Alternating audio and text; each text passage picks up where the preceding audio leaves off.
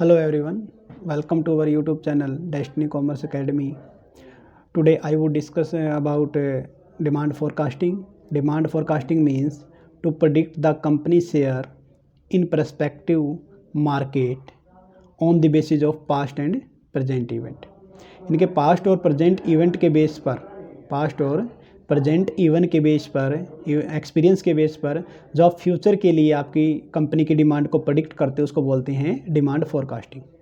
क्या क्या ऑब्जेक्टिव हो सकते हैं? आपके शॉर्ट टर्म के रिगार्डिंग ऑब्जेक्टिव हो सकते हैं, आपके लॉन्ग टर्म के रिगार्डिंग ऑब्जेक्टिव हो सकते हैं। शॉर्ट टर्म के रिगार्डिंग जो ऑब्जेक्टिव होंगे आपके वो हो सकते हैं फॉर्मुलेशन ऑफ प्रोडक्शन पॉलिसी, इनके आप क्या प्रोडक्शन करना है उसके रिगार्डिंग पॉलिसी बना सकते हो, या रॉ मटेरियल की रेगुलर अवेलेबिलिटी यानी कि रॉ मटेरियल आपका कम नहीं होना चाहिए उसके रिगार्डिंग आप पॉलिसी बना सकते हो, या लेबर के रिगार्डिंग आप पॉलिसी बना सकते हो कि लेबर आपके पास ना ही ज़्यादा हो ना ही कम हो, एडुकेट क्वांटिटी में हो, या फिर आपका ऑप्टिमम यूज ऑफ मशीन का अच्छे से यूज कैसे, प्रॉपर यूज कैसे करना है। ऐसा नहीं है कि मशीन चलती रहे और उस पर काम ही ना हो।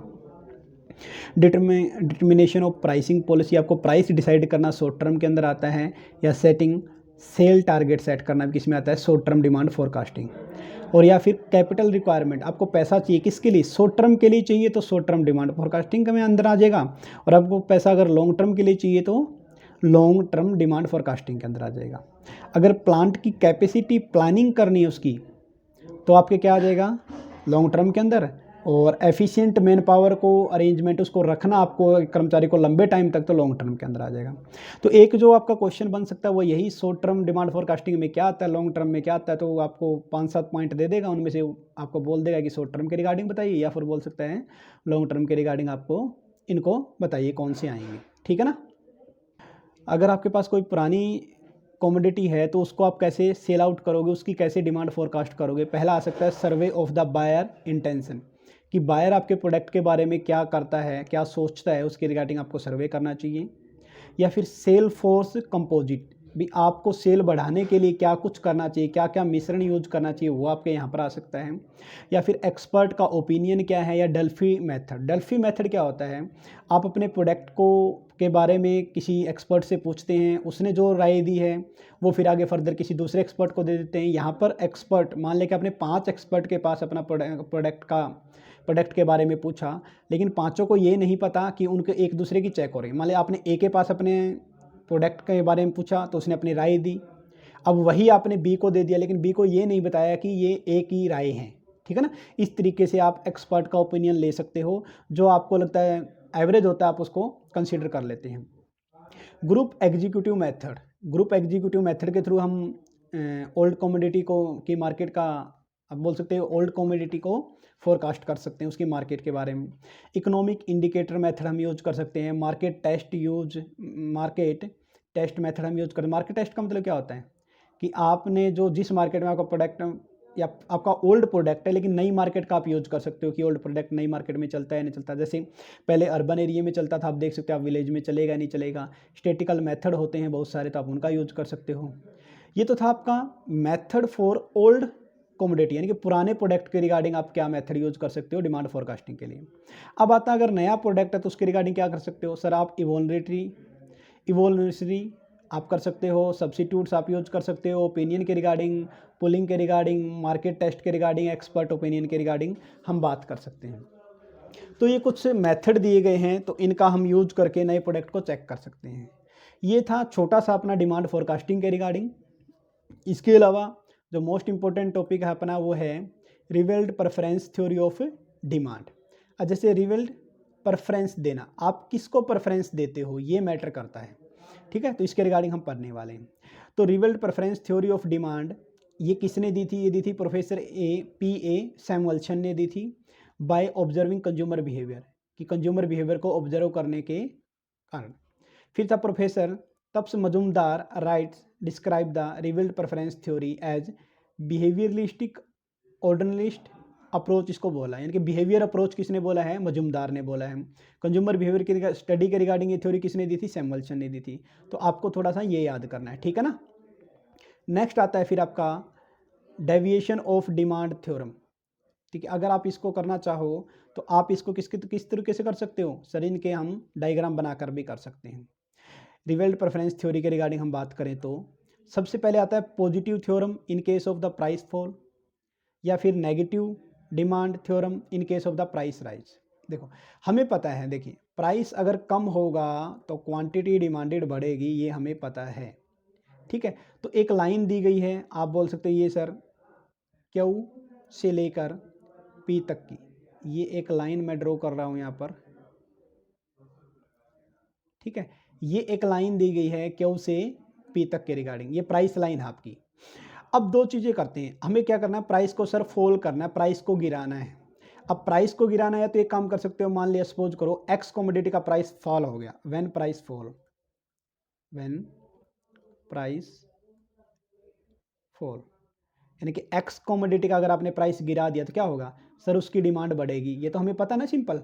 एक्स कमोडिटी का अगर आपने प्राइस कम किया है तो उसकी क्वांटिटी डिमांडेड क्या होगी, बढ़ेगी, नो डाउट। अब दो तरीके हो सकते हैं, या तो सिर्फ आप क्या करो, वाई की तो उतनी कमोडिटी लेते रहो जितनी पहले ले रही थी और सिर्फ एक्स की बढ़ा दो, या तो ये काम कर सकते हो। या फिर आप क्या काम कर सकते हो, सर हम वाई की भी थोड़ा कम कर देते हैं और एक्स की थोड़ा बढ़ा देते हैं, ऐसे भी कर सकते हो, आपकी मर्जी है। दो तरीके से होगा क्या सर, एक तो देखो पहले दे रखा है, ये क्यू और पी दे रखा है कि कमोडिटी वाई को हम क्यू तक करते हैं डिनोट, और कमोडिटी एक्स की रिगार्डिंग पी तक। अब इसका प्राइस गिराया है तो इसकी डिमांड बढ़ेगी, ये तो हमें पता है, और डिमांड बढ़ती है तो हम राइट साइड मूव करते हैं, ये तो आपको पता ही होगा। अब या तो क्या करेंगे, हम सिर्फ और सिर्फ इसकी डिमांड को बढ़ा दें, या फिर हम क्या करेंगे, इसकी डिमांड को कम कर दें और इसको थोड़ा बढ़ा दें, ऐसे भी कर सकते हैं। सेम ये किस में था आपका, पॉजिटिव थ्योरम में, जब प्राइस फॉल होता है, प्रेफरेंस दे रहे हैं ना, यानी कि आपके पास दो ऑप्शन है। अगर इसी को मैं स्टेटमेंट के रूप में बोलूँ तो हम ऐसे बोल सकते हैं, consumer has the option to choose new combination, या तो क्या करेगा Q1 P1, यानी कि Q1 कौन सा है, ये है Q1 और ये कौन सा है P1, या तो ये सिलेक्ट कर ले, या parallel to the Q to P2, या ये सिलेक्ट कर ले, यानी क्या तो कॉम्बिनेशन ये सिलेक्ट कर ले Q से P2, ये आपका Q P2, या फिर कॉम्बिनेशन ये सिलेक्ट कर ले जो मैंने यहाँ पर दिखाया है, इसको बोलेंगे Q1 P1, यानी कि दो ऑप्शन है, प्रेफरेंस है ना। अब इसमें से किसको प्रेफर करता है, यही तो अपनी थ्योरम है, रिवेल्ट प्रेफरेंस थ्योरी, तो इनमें से कोई भी सिलेक्ट कर सकता है। सेम डिटो ऐसे, जैसे नेगेटिव डिमांड है तो प्राइस राइज होता है, तो आप इसमें भी ऐसे कर सकते हो। देखिए नेक्स्ट है अपना इंडिफरेंस करो के रिगार्डिंग। इंडिफरेंस करो फर्स्टली यूज किया था 1881 में एजवर्थ ने, 1906 में पेरेटो ने, 1913 में जॉनसन ने, 1915 में स्लट्सकी ने। लेकिन जो क्रेडिट इसका जाता है वो जाता है हिक्स और एलन को, ये दो वर्ड याद रख लेना, हिक्स और एलन। सबसे पहले एजवर्थ ने था नो डाउट, लेकिन इसका क्रेडिट किसको जाता है, हिक्स और एलन को जाता है। The main basis of IC को is to determine priority sequence, कि आप किसको प्रायोरिटी देते हो, यही किस में पढ़ा जाता है, इंडिफरेंस करो के अंदर हम पढ़ने वाले हैं। And indifference curve explain those combination of two goods which provide equal satisfaction to consumer, equal satisfaction to consumer इसको हम क्या बोल सकते हैं, और यानी कि देखो, यानी कि अगर मैं आपको इसको ड्रॉ करके दिखाऊं तो आप यहाँ से ऐसे ड्रॉ कर सकते हैं इसको हम बोलेंगे आईसी करो, इंडिफरेंस करो। आप पॉइंट ये लो चाहे ये लो, चाहे आप कोई भी पॉइंट ले लो, समझ रहे हो ना आप, एक आईसी करो पे आप कोई भी पॉइंट ले सकते हैं। यहाँ पर जो मिलेगा इस पॉइंट पे भी इक्वल सेटिस्फेक्शन मिलेगा, इस पॉइंट पे भी इक्वल सेटिस्फेक्शन मिलेगा, इस पॉइंट पर भी इक्वल सेटिस्फेक्शन मिलेगा, तो इसलिए इसको इक्वल सेटिस्फेक्शन करो भी बोलते हैं। क्या बोलते हैं, इक्वल सेटिस्फेक्शन करो भी बोलते हैं। वेरी गुड, ये मोस्ट इंपॉर्टेंट टॉपिक है जिसके रिलेटेड आपका क्वेश्चन आता ही आता है हर बार। अगर हम बिजनेस इकोनॉमिक्स की बात करें तो कैरेक्टरिस्टिक्स ऑफ इंडिफरेंस करो क्या क्या होता है, ये आपको याद करना है। तो सब फर्स्ट वन आता है slope downward left to right. अगर हम इसको यहाँ पर ड्रॉ कर दें, अगर मैं इसको यहाँ पर ड्रॉ कर देता हूँ आईसी करो को, तो पहला क्या है, स्लोप डाउनवर्ड लेफ्ट, ये लेफ्ट है ना, लेफ्ट से स्टार्ट होकर कहाँ पर, राइट से, ऐसे नहीं जा रहा है, यानी कि लेफ्ट टू, ये कहाँ जा पर जा रहा है, राइट, लेफ्ट टू राइट, यानी कि नोट अपवर्ड। आप राइट टू लेफ्ट नहीं बोल सकते इसको, परपेंडिकुलर और हॉरिजेंटल ही हो सकता है। आप बोल सकते हो कि लंबवत सीधा और फिर हॉरिजेंटल है, ये है। इसके अलावा IC curve are convex to the, convex का मतलब ये देखो, ये ओरिजिन है, ये एक्स एक्सिस है, ये वाई एक्सिस है, इसको हम बोलते हैं कॉन्वेक्स। क्या बोलते हैं, कन्वेक्स, ठीक है। अगर ये करो ऐसे बना देता हूँ, इसको बोलते हैं कॉनकेव। क्या बोलते हैं? कॉनकेव। ये इंक्रीजिंग वगैरह होता है, ये अभी नहीं करना आपको, सिर्फ इतना याद रखना है कि अगर ये इस टाइप से बना रखा करो तो इसका जो झुकाव है वो ओरिजिन की तरफ है, तो इसको क्या बोलते हैं? कॉन्वेक्स बोलते हैं। Very good. Every IC is right side represent the higher satisfaction. Right side का मतलब क्या होता है? देखिए, अगर मान लीजिए ये IC1 है और अगर मैं इसको IC2 दे देता हूं, ये राइट साइड है, ये सारी की सारी क्या है? Right side.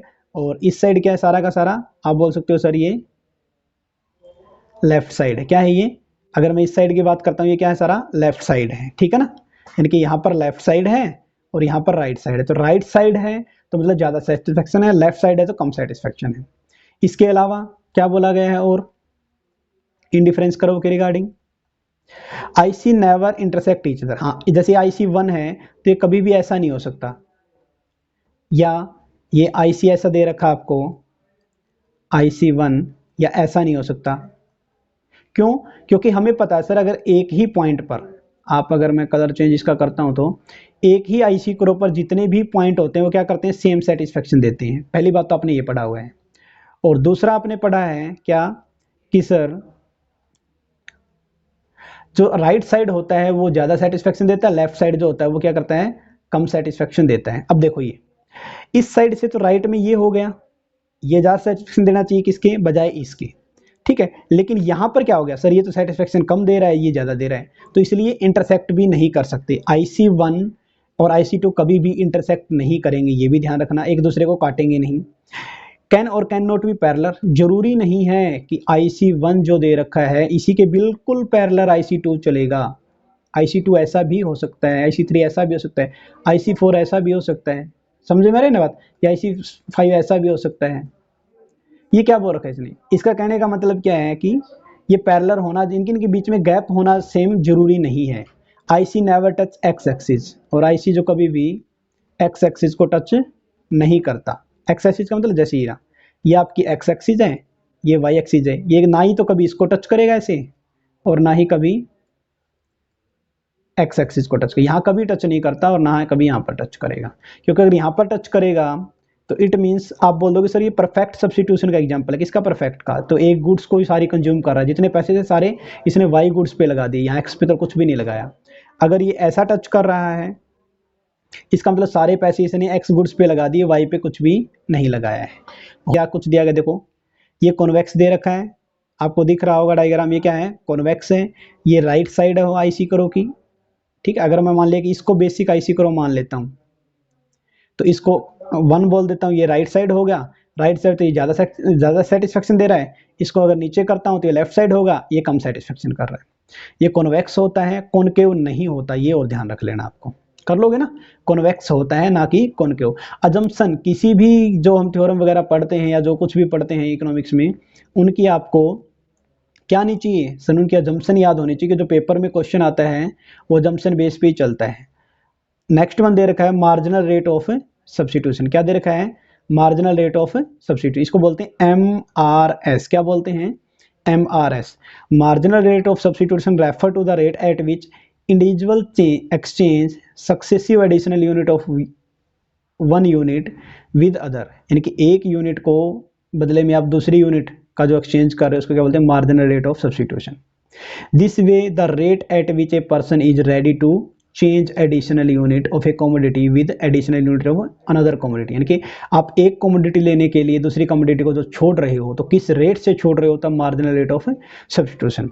जैसे देखिए, कमोडिटी के रिगार्डिंग क्या दे रखा है? कमोडिटी एक्स दे रखा है 1 to 5, कमोडिटी वाई दे रखा है, और मार्जिनल रेट ऑफ छोड़ने का तरीका क्या? देखिए, आपने क्या किया, एक कमोडिटी चाहिए आपको, किसकी सर? एक्स की। पहले आपके पास एक यूनिट थी तो वाई की कितनी थी? 14। आपको एक एडिशनल एक्स की चाहिए तो वाई की कितनी छोड़नी पड़ रही है? सर आप बोलोगे सर 4 छोड़ना पड़ रहा है मेरे को। अगर आपको एक एडिशनल यूनिट और चाहिए एक्स की, इट मीन्स आपको सब्स्टिट्यूशन कितना? आप बोल दोगे सर कि मेरे को 3 यूनिट अब छोड़नी पड़ी है। एक additional unit of commodity x की चाहिए, फिर आपको 2 यूनिट, एक और चाहिए तो फिर आपने 1 यूनिट। इसका मतलब क्या है? ये तो आपका आ गया सेक्रीफाइस, और ये आ गया आपका वहाँ से उठाकर 1 आपने जो गेन किया। यानी कि आप 4 यूनिट खोकर 1 यूनिट ले रहे हो एक्स की। ऐसे करते करते अब आपने नोटिस किया हो तो पहले हम एक गुड्स के लिए ज़्यादा छोड़ रहे थे और लास्ट में हम एक गुड्स के लिए कम छोड़ रहे हैं। यानी कि सेक्रीफाइस, इसको क्या बोलेंगे, इसको बोलते हैं डिमिनिशिंग, क्या बोलेंगे, diminishing marginal rate of substitution X and Y. बोल दोगे ना आप, ये एक्स फॉर वाई बोल सकते हैं, क्या बोल सकते हैं, एक्स फॉर वाई बोल सकते हैं, एक्स फॉर वाई आप वर्ड यूज कर सकते हैं। ठीक है, एक्स फॉर वाई है तो ऊपर आ जाएगा आपका एक वाई और नीचे क्या आ जाएगा एक्स, जो छोड़ेंगे जो लॉस होगा वो यहाँ पर आ जाएगा और जो गेन होगा वो हम नीचे लिख देंगे। ये आपको याद करने का तरीका है। तो यहाँ पर डिमिनिशिंग मार्जिन, क्योंकि सर हम घटते हुए जा रहे हैं, पहले 4 छोड़ रहे, फिर 3, फिर 2, फिर 1, तो आप ऐसे याद इसको कर सकते हैं। ठीक है, नेक्स्ट क्या दे रखा है इसमें, marginal rate of X for Y. देखो एक्स फॉर वाई जो लास्ट में दिया गया है वही आप यहाँ लिख सकते हो, चेंज फॉर वाई, यानी कि आप न्यूमरेटर में वाई लिख दोगे और किसके रिगार्डिंग दिया गया एक्स, उसको दिख देगा डिनोमिनेटर में, change in Y divide by change in X. वही चेंज इन वाई कितना था 4, चेंज इन वाई कितना, एक्स कितना था 1, इसको 4/1 लिख लो, या फिर हम इसको ऐसे भी लिख सकते हैं 4:1।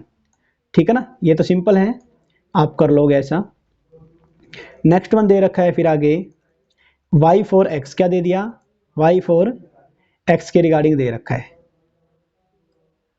Change in. अब देखो यह क्या दे रखा है, x लास्ट में है तो x को आप ऊपर रख लो, चेंज इन x यानी कि जो लॉस हुआ है, जो सेक्रीफाइस किया उसको ऊपर लिखेंगे और जो जो गेन हुआ है उसको नीचे लिखेंगे। बस सिंपल आपको याद रखना है, यानी कि change in loss divide by change in gain, बस। या फिर आप चेंज इन छोड़ के सिर्फ लॉस और गेन भी याद रख लो तो भी आपका काम बन जाएगा। नेक्स्ट वन क्या दे रखा है, स्लोप ऑफ इंडिफरेंस करो, इंडिफरेंस करो के स्लोप दे रखी है। मैं इसको 4 पार्ट, देखो क्या अपना टॉपिक क्या है, स्लोप ऑफ इंडिफरेंस करो, कि इंडिफरेंस करो का स्लोप क्या होगा।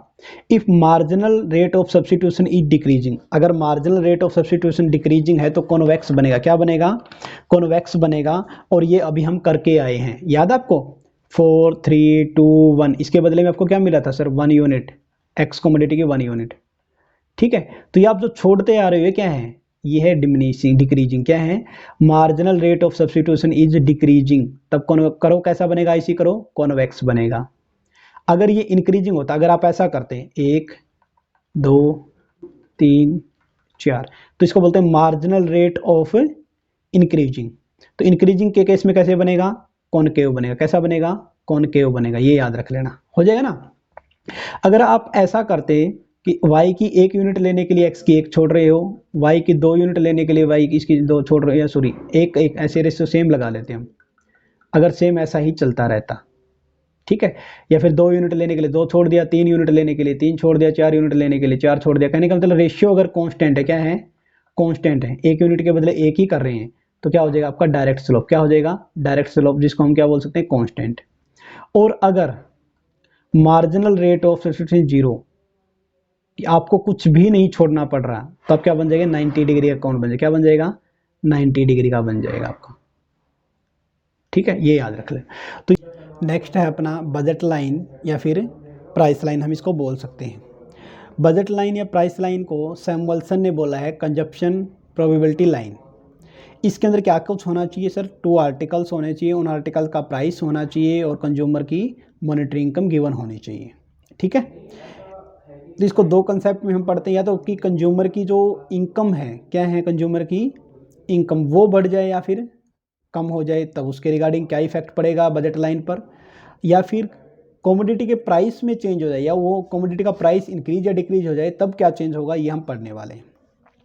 तो फर्स्ट वन हम पढ़ते हैं कि कंज्यूमर की अगर इनकम बढ़ जाए, इंक्रीज इन कंज्यूमर इनकम, अगर कंज्यूमर की इनकम बढ़ जाए, तो अगर ये हमारा बेसिक क्या दे रखा है, हमारे पास बेसिक बजट लाइन दे रखी है A to B, तो अगर इनकम बढ़ गई तो क्या करेंगे हम सर, कमोडिटी एक्स को भी ज़्यादा परचेज करने लग जाएंगे और कमोडिटी वाई को भी ज़्यादा। इसी तरीके से अगर कंज्यूमर की इनकम कम हो जाए, क्या कम हो जाए, कंज्यूमर की इनकम कम हो जाए, तो उस कंडीशन में क्या होगा सर, हमें एक्स कमोडिटी भी कम यूज करनी पड़ेगी और वाई भी कम यूज करनी। तो यहाँ पर क्या माना है, देखो जब हम इनकम का इफेक्ट दिखा रहे हैं तो प्राइस ऑफ द कमोडिटी क्या मानना पड़ेगा, अनअफेक्टेड, क्या मानना पड़ेगा, अनअफेक्टेड। इसी तरीके से अगर हम प्राइस ऑफ कमोडिटी के चेंज को दिखाना चाहते हैं या change in price of commodity दिखाना चाहते हैं, तो हमें यहाँ पर क्या मानना पड़ेगा, assume income of consumer, income of consumer, ठीक है, वुड बी कांस्टेंट।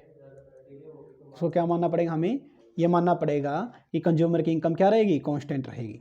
तो अगर देखिए, अगर प्राइस बढ़ता है, प्राइस बढ़ता है तो क्या होगा सर, इनकी जो डिमांड है एक्स की भी और वाई की भी कम हो जाएगी। और अगर दोनों का प्राइस कम होता है तो डिमांड दोनों क्या हो जाएगी, बढ़ जाएगी। अगर एक का प्राइस बढ़ा, सपोज करो एक्स का प्राइस पहले तो ये थी हमारे पास, मैं अलग से बना के दिखा देता हूँ इसको आपको, ठीक है। ये बजट लाइन दे रखी है यहाँ से लेकर और यहाँ तक, ये गुड्स एक्स के रिगार्डिंग, ये गुड्स वाई के रिगार्डिंग, ये गुड्स एक्स के रिगार्डिंग। अगर एक्स का प्राइस बढ़ा तो एक्स की डिमांड क्या हो जाएगी, कम हो जाएगी। तो यहाँ से वाई का अगर मैं सेम रखता हूँ तो यहाँ पर हो जाएगा आपका Q1, पहले Q था तो, ठीक है। देखिए नेक्स्ट है प्रोडक्शन के रिगार्डिंग। प्रोडक्शन में क्या दे रखा है, production means creation of form utility. Form का मतलब होता है जो रूप चेंज होता है, कि आप रॉ मटेरियल को फिनिश गुड में कन्वर्ट कर रहे हो तो इसका मतलब क्या है, फॉर्म यूटिलिटी वहाँ पर एग्जिस्ट करती है। Production means creation of form utility in any product through change in its shape और साइज। कि आप रॉ मटेरियल को फिनिश गुड में कन्वर्ट कर रहे हो तो प्रोडक्शन के रिगार्डिंग दिखा जाता है। प्रोडक्शन में क्या होता है, एक तो होता है आपका शॉर्ट रन और एक आपका क्या होता है, लॉन्ग रन। शॉर्ट रन को हम क्या क्या नाम से जानते हैं या क्या क्या पॉइंट इसके अंदर हम पढ़ने वाले हैं। फर्स्ट वन हम पढ़ेंगे रिटर्न टू ए फैक्टर भी बोलते हैं शॉर्ट रन को, और रिटर्न टू फैक्टर या रिटर्न फॉर ए फैक्टर बोल सकते हैं। लॉ ऑफ वेरिएबल प्रोपोर्शन, ये आपको याद रखना, क्या क्या बोल सकते हैं, लॉ ऑफ वेरिएबल प्रोपोर्शन या लॉ ऑफ प्रोपोर्शनेटली बोलते हैं। क्या बोलते हैं, लॉ ऑफ प्रोपोर्शनेटली बोलते हैं, या लॉ ऑफ रिटर्न भी बोलते हैं। क्या बोलते हैं, लॉ ऑफ रिटर्न भी बोलते हैं। ये आपको याद रखना है। तीन नाम कौन कौन से आपको बोलोगे, law of variable proportion, law of proportionately, या फिर लॉ ऑफ रिटर्न भी हम इसको बोलते हैं। तो ये शॉर्ट रन के रिगार्डिंग बात हम करते हैं। शॉर्ट रन के रिगार्डिंग, ये लॉन्ग रन के अंदर कहता है रिटर्न ऑफ स्केल बोलते हैं। लॉन्ग रन क्या बोलते हैं, रिटर्न ऑफ स्केल बोलते हैं। तो शॉर्ट रन को क्या बोलते हैं, रिटर्न टू ए फैक्टर या रिटर्न ऑफ ए फैक्टर, या फिर लॉ ऑफ रिटर्न, या फिर लॉ ऑफ प्रोपोर्शनेटली, या लॉ ऑफ वेरिएबल प्रोपोर्शन हम बोलते हैं शॉर्ट रन में। लॉन्ग रन को हम रिटर्न टू स्केल बोलते हैं। नेक्स्ट वन आता है सर फैक्टर क्या होते हैं, जो आपने वर्ड लिखा कि फैक्टर के रिगार्डिंग बताइए। तो आपका लैंड, लेबर, कैपिटल, ऑर्गेनाइजेशन या फिर इंटरप्रेनर। आपने सुना होगा लैंड, लेबर, कैपिटल और इंटरप्रेनाइज, तो एक ही बात है ये। स्पेसिफिक और नॉन स्पेसिफिक फैक्टर हो सकते हैं, ठीक है। वाइजर ने मॉडर्न इकोनॉमिक्स में वो बताया गया है, ये स्पेसिफिक और non specific. Land and labour traditional approach में बताया गया है। ट्रेडिशनल लैंड एंड लेबर का मतलब क्या है, लैंड को फिक्स मान लिया, लेबर को आपका वेरिएबल मान लिया ट्रेडिशनल अप्रोच में। मॉडर्न के अंदर इसके अलावा और भी आ सकते हैं, लाइक आप कैपिटल का भी यूज कर सकते हो, ठीक है, या एंटरप्रेन्योर्स का भी यूज कर सकते हो। Note, labour is more sensitive in nature, ये आपको याद रखना। अगर आपसे पूछे कि सर ये जो फैक्टर दे रखे हैं, फैक्टर ऑफ प्रोडक्शन, इनमें सबसे ज़्यादा सेंसिटिव क्या है, तो आप क्या बोलोगे, लेबर है सर। क्या है, लेबर सबसे ज़्यादा सेंसिटिव है इसमें। नेक्स्ट दिया गया है फिर आपका इकोनॉमी ऑफ स्केल। एक होता है आपका इंटरनल इकोनॉमी ऑफ स्केल, एक होता है आपका external economy of scale. Internal जो इकोनॉमी ऑफ स्केल होता है वो होता है फर्म स्पेसिफिक, और एक्सटर्नल जो होता है वो आता है इंडस्ट्री स्पेसिफिक, ठीक है। तो इंटरनल इकोनॉमी ऑफ स्केल का मतलब होता है किसी फर्म की मेरिट या डीमेरिट को बताना। लाइक टेक्नोलॉजी, कुछ फर्में टेक्नोलॉजी में बेटर हो सकती हैं, कुछ वरस्ट हो सकती हैं। ऐसे ही किसी की मैनेजरियल जो पावर होती है वो स्ट्रॉन्ग होती है, किसी की वीक होती है। किसी के फर्म के पास फाइनेंशियल पावर होती है, किसी के पास कम होती है। किसी का मार्केट शेयर ज़्यादा, किसी का कम, किसी के कोई रिस्क ज़्यादा लेता है, कोई रिस्क कम लेता है। यानी कि ये फर्म टू फर्म वेरी करती है, आप बोल सकते हो इंटरनल। जिस फर्म के पास ये पॉजिटिव या जिसके फर्म के पास ये पावर है उनके बिजनेस ग्रो करेगा, जिसके पास नहीं है उनका बिजनेस ग्रो नहीं करेगा। एक्सटर्नल का इम्पैक्ट जो होता है वो पूरी फर्मों पर पड़ता है, इंडस्ट्री पर पड़ता है। इंडस्ट्री यानी ग्रुप ऑफ फर्म को हम क्या बोलते हैं, इंडस्ट्री बोलते हैं। जैसे कंसंट्रेशन का मतलब कहीं पर हब होना। लाइक गुड़गांव के अंदर जो है वो कार का क्या है, हब दे रखा है। तो वहाँ पर अगर आप कार से रिलेटेड कुछ भी शॉप ओपन करना चाहते हो, लाइक टायर बनाने की लगा सकते हो आप, फैक्ट्री वगैरह, या फिर उसका इंजन बनाने की, या मिरर बनाने की, या सीट बनाने की, ठीक है ना। आप ऐसे क्या करते हो, कंसंट्रेशन है वहाँ पर, मतलब हर चीज़ मिल जाएगी उससे रिलेटेड आपको वहाँ पर। लाइक ऑटो मार्केट होती है, तो अगर आप ऑटो मार्केट के अंदर शॉप करते हो तो आपकी शॉप चलती है। रीज़न क्या है कि हर कोई ये सोच के आता है कि अगर एक दुकान पर सामान नहीं मिला तो दूसरे पे मिल जाएगा। तो इसका क्या कंसंट्रेशन है, तो प्रत्येक फर्म को बेनिफिट होता है।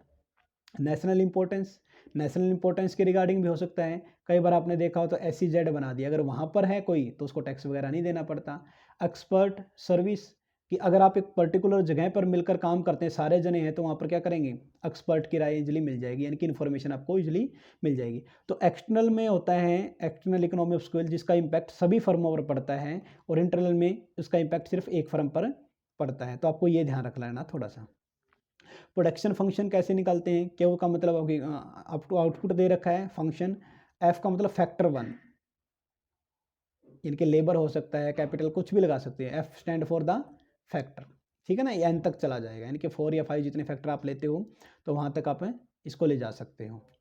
देखिए नेक्स्ट आपका दिया गया है लॉ ऑफ डिमिनिशिंग रिटर्न। एक तो आता है आपका क्लासिकल अप्रोच के थ्रू हम इसको पढ़ेंगे, एक पढ़ेंगे मॉडर्न अप्रोच के थ्रू इसको हम पढ़ेंगे। क्लासिकल अप्रोच के थ्रू जो इकोनॉमिक्स थे वो क्या कौन कौन से थे, the supporter of the classical approach Adam Smith, Ricardo और मैथ्यूज। ये classical approach law of return को फॉलो करते थे। ये क्या मानते थे कि सर लैंड तो है जो है आपका कांस्टेंट फैक्टर है, और कैपिटल और जो लेबर हैं इनको बढ़ाया जा सकता है, ये वेरिएबल फैक्टर मान लिया उसने। तो इसने बोला कि कैपिटल लेबर के थ्रू आप प्रोडक्शन बढ़ा सकते हो, लेकिन प्रोडक्शन कम बढ़ता है किससे, लेस देन द फैक्टर, यानी कि कैपिटल एंड लेबर देन, अगर ये चीज़ें आपके पास है, लैंड है या इंक्रीज है कैपिटल और लेबर, अगर कैपिटल लेबर को आप बढ़ाते हो तो प्रोडक्शन बढ़ेगा नो डाउट, लेकिन लेस देन द फैक्टर बढ़ता है। फिर आपके पास आता है sir modern approach. Modern approach के अंदर क्या बताया गया है कि मॉडर्न अप्रोच में ये बताया गया है कि law of variable proportion is also known as law of proportionally, या फिर लॉ ऑफ रिटर्न, आप इसको ये लिए वर्ड यूज कर सकते हो। वन फैक्टर कांस्टेंट की other factor increase and decrease, अगर आप एक फैक्टर को फिक्स मानते हो, मैंने कहा आपने लैंड फिक्स मान लिया, तो अदर क्या मान लो, वेरिएबल मान लो, ये हो जाएगा अगर आपने इसको फिक्स मान लिया तो। या फिर आप क्या कर सकते हो, वन फैक्टर को आप इंक्रीज कर दो, बाकी सभी को क्या मान लो, कांस्टेंट मान लो, यानी क्या, तो मिनिमम एक फैक्टर को आपको कांस्टेंट मानना ही मानना है। ये किस में बताया गया है, आपका लॉ ऑफ वेरिएबल प्रोपोर्शन में, ठीक है। It implies to every field of production, ये हर जगह यूज किया जाता है जहाँ पर भी प्रोडक्शन हो रहा है। इसकी अजम्पशन क्या क्या दे रखी है, possibility to combine factor of production in possible proportion, यानी कि पॉसिबिलिटी है कि आप फैक्टर ऑफ प्रोडक्शन का कंबाइन यूज कर सकते हो, ऐसा नहीं कि सिर्फ लैंड का यूज करना है, लेबर का यूज करना है, आप क्या कर सकते हो, इनका मिक्सचर यूज भी कर सकते हो, ठीक है ना, पॉसिबल प्रपोर्शन में एक लिमिट तक आप इनका मिक्सचर यूज कर सकते हो। लाइक आपने लैंड ले लिया, फिर आपने लेबर ले लिया, हो सकता है कि एक ज़मीन पर आप 5 लेबर लगा रहे हो, 2 पर आपने 10 लगा दिया, 15 लगा दिया, जो भी XYZ है। यानी कि ये बोल रहा है कि पहले पॉइंट में क्या बोला कि सर आप फैक्टर का कम्बिनेशन यूज कर सकते हो। सम फैक्टर ऑफ प्रोडक्शन आज वेरिएबल, कुछ वेरिएबल होते हैं, कुछ फिक्स होते हैं, या तो एक वेरिएबल मान लो बाकी फिक्स, या बाकी वेरिएबल मान लो एक फिक्स मान लो। All the unit of variable factor are homogeneous, ये इंपॉर्टेंट है जी, आपको याद रखना है कि जो वेरिएबल फैक्टर होते हैं उसके अंदर जो यूनिट होती है वो सारी की सारी क्या है, होमोजीनियस, एक समान नेचर की होती है। क्या होती है, एक समान नेचर की होती है, सेम होती है, क्या होती है, सेम होती है। यानी कि अगर आपने लैंड को फिक्स माना और लेबर कैपिटल और ऑर्गेनाइजेशन को आपने वेरिएबल मान लिया, तो यहाँ पर इन सब की जो यूनिट है वो क्या होगी, सबकी फिक्स होगी। Applicable only in short run, ये कहाँ पर एप्लीकेबल होता है, लॉ ऑफ वेरिएबल प्रोपोर्शन सिर्फ शॉर्ट रन में एप्लीकेबल होता है। रिलेटेड टू क्वांटिटी, ये क्वांटिटी से रिलेटेड है, ना कि प्राइस से, ये इंपॉर्टेंट है, मोस्ट इंपॉर्टेंट पॉइंट आप इसको बोल सकते हो। मोस्ट इंपॉर्टेंट पॉइंट आप क्या बोल सकते हो कि सर ये क्वांटिटी से रिलेटेड है, ना कि प्राइस से। No change in organisation, method of production and technology, कोई चेंज नहीं किया जा सकता किसमें, ऑर्गेनाइजेशन में, मेथड ऑफ प्रोडक्शन में और टेक्नोलॉजी के रिगार्डिंग दिया गया है। इनपुट को ब्रेक डाउन नहीं किया जा सकता, नॉन डिविजिबिलिटी ऑफ इनपुट, यानी कि लेबर है तो लेबर के आप टुकड़े नहीं कर सकते, एक तो पहला तो ये मानना है। दूसरा फिक्सिटी ऑफ सम इनपुट, कुछ इनपुट को फिक्स मानना है, वेरी गुड। तीसरा सर इम्परफेक्ट सब्स्टिट्यूट, देखो परफेक्ट सब्स्टिट्यूट का मतलब क्या होता है, टी और कॉफ़ी आपको पता है ये जो है आपके सब्स्टिट्यूट्स हैं। परफेक्ट का मतलब होता है सर टी पीने वाले ना डायरेक्ट कॉफ़ी पर पीना पसंद कर शुरू कर देंगे, टी को कभी नहीं पिएंगे, ऐसा नहीं होता। तो इम्परफेक्ट के अंदर क्या होता है, कुछ लोग टी से कॉफ़ी की तरफ शिफ्ट हो जाएंगे, कुछ कॉफ़ी से टी की तरफ शिफ्ट हो जाएंगे, लेकिन प्रोडक्ट दोनों ही एग्जिस्ट करेंगे। नेक्स्ट वन दे रखा है इसके बाद कि लिमिटेड सप्लाई ऑफ नेचर, यानी कि लिमिटेड रिसोर्स आपके पास क्या है, लिमिटेड रिसोर्सेज हैं, उन्हीं का यूज करना। प्रोडक्शन मोर देन कैपेसिटी, हम प्रोडक्शन पर फोकस करते हैं, यानी कि प्रोडक्शन ज़्यादा होता है कैपेसिटी के बजाय, क्योंकि हम वेरिएबल का यूज़ करें, कॉम्बिनेशन का यूज़ कर सकते हैं फिक्स और वेरिएबल के अंदर। आपने पढ़ा हो तो क्लासिकल में क्या बोल रखा था, सर इंक्रीज तो होता है प्रोडक्शन लेकिन किससे, फैक्टर से कम होता है, लेकिन यहाँ पर क्या है सर, प्रोडक्शन ज़्यादा इंक्रीज होता है बजाय कि फैक्टर के। Very good. Reason of applicable of law of increasing return, देखो लॉ ऑफ इंक्रीजिंग रिटर्न यानी कि इंक्रीजिंग, देखो रिटर्न कब ज़्यादा मिलेगी आपको, इसके क्या रीजन दे रखे हैं। पहला क्या है, इंडिविजिबिलिटी फैक्टर, के फैक्टर को तोड़ा नहीं जा सकता, वही सेम रूल। साइंटिफिक इन्वेंशन या डिस्कवरी वगैरह आप अगर कुछ करते हो तो वो इसके अंदर आ जाएगा, साइंटिफिक इन्वेंशन या डिस्कवरी करते हो तो, जैसे R&D जो आप करते हो ना, रिसर्च एंड डेवलपमेंट, वो इसके अंदर आ जाएगा। इकोनॉमी ऑफ लार्ज स्केल के बेनिफिट इसमें मिलेंगे। एफिशिएंट मैनेजमेंट इसके रिगार्डिंग काम करतेगा। और less effect of the nature, nature का इफेक्ट क्या होता है, कम होता है। यानी कि जब आपके रिटर्न बढ़ने लग जाए तो आपकी मैनेजर अच्छी होती है, आपके पास रिसोर्स ज़्यादा होते हैं, आपको बड़े पैमाने पर प्रोडक्शन करते हो तो आपको इकोनॉमी ऑफ लार्ज स्केल मिलता है, आप R&D करने लग जाते हो, ठीक है ना। ये सारे के सारे किसके रिगार्डिंग दिए गए हैं, जब आपका इंक्रीजिंग रिटर्न टू स्केल होता है तब के बारे में बात की गई है। अब इसको डायग्राम की फॉर्म में और समझेंगे हम, क्या कुछ दे रखा है डायग्राम की फॉर्म में। सबसे पहले इसके अंदर दे रखा है क्या, लेबर दे रखी है 1 2 3 4 5 से लेकर 9 तक दे रखी है। फिर आपका टोटल प्रोडक्ट क्वेश्चन में गिवन है 5 11 19 से लेकर 27 तक। ऐसे ही देखो एवरेज AP कैसे निकालेंगे, एवरेज प्रोडक्ट आप निकालोगे total product divide by labour, total product divide by labour. अब देखो टोटल प्रोडक्ट कितना है सर, ये है 5, डिवाइड बाय लेबर कितनी है सर 1 है, तो कितना आ जाएगा 5, कर लोगे ना, क्या हो जाएगा आपका 5, ठीक है। ये आप कर सकते हो यहाँ से।